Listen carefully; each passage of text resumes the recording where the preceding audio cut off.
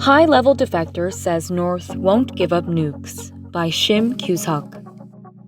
North Korea will not give up its nuclear weapons, but international sanctions may force it to negotiate, said Pyongyang's former envoy to Kuwait, who defected to Seoul secretly 16 months ago. Ryu Hyun-woo, once the North's chargé d'affaires in Kuwait, told CNN Monday he expected Pyongyang to engage in talks with the Joe Biden administration on nuclear arms reductions, but that it wouldn't completely abandon its nuclear program. The last U.S. administration put negotiations into a stalemate with its demand for denuclearization even before it started negotiations with this totalitarian state, Ryu said. The unprecedentedly strong sanctions on the North must continue to pressure the regime into continuing talks, he said, saying sanctions were the main impetus behind North Korean leader Kim Jong-un's diplomatic outreach 2 years ago.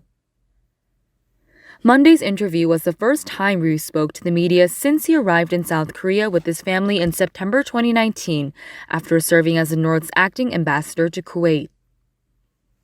His was the latest in a series of high-profile defections by North Korean diplomats to South Korea, coming just months after Pyongyang's acting ambassador to Italy arrived in the South in July 2019. Regarding his decision to defect, Ryu said he wanted to give his teenage daughter a better life in a free country. After planning the escape for a month in Kuwait, he took his wife and daughter to seek asylum at the South Korean embassy, he said. Ryu also opened up about his activities as a North Korean diplomat in the Middle East, explaining how he oversaw a network of around 10,000 North Korean laborers generating foreign currency for the regime.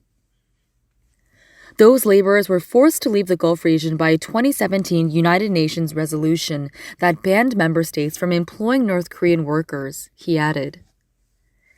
Ryu was also posted to Syria, one of North Korea's closest allies from 2010 to 2013, where he said he witnessed the sale of North Korean-made weapons to the Bashar al-Assad regime before the country devolved into civil war.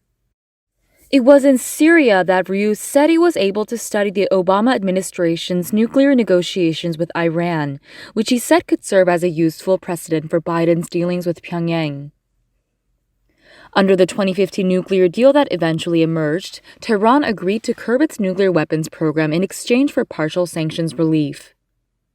President Donald Trump unilaterally withdrew from the agreement in 2018, a move that experts at the time said would undermine negotiations with North Korea.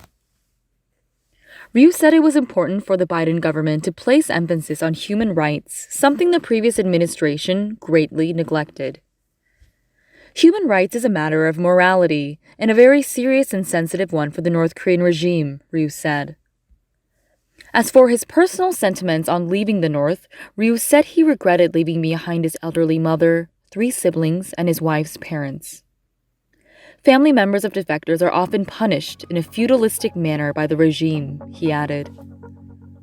Ryu is the son-in-law of Chun Il-chun, a formerly powerful figure in North Korea who ran Room 39, the bureau that oversees the Kim family's foreign currency slush funds.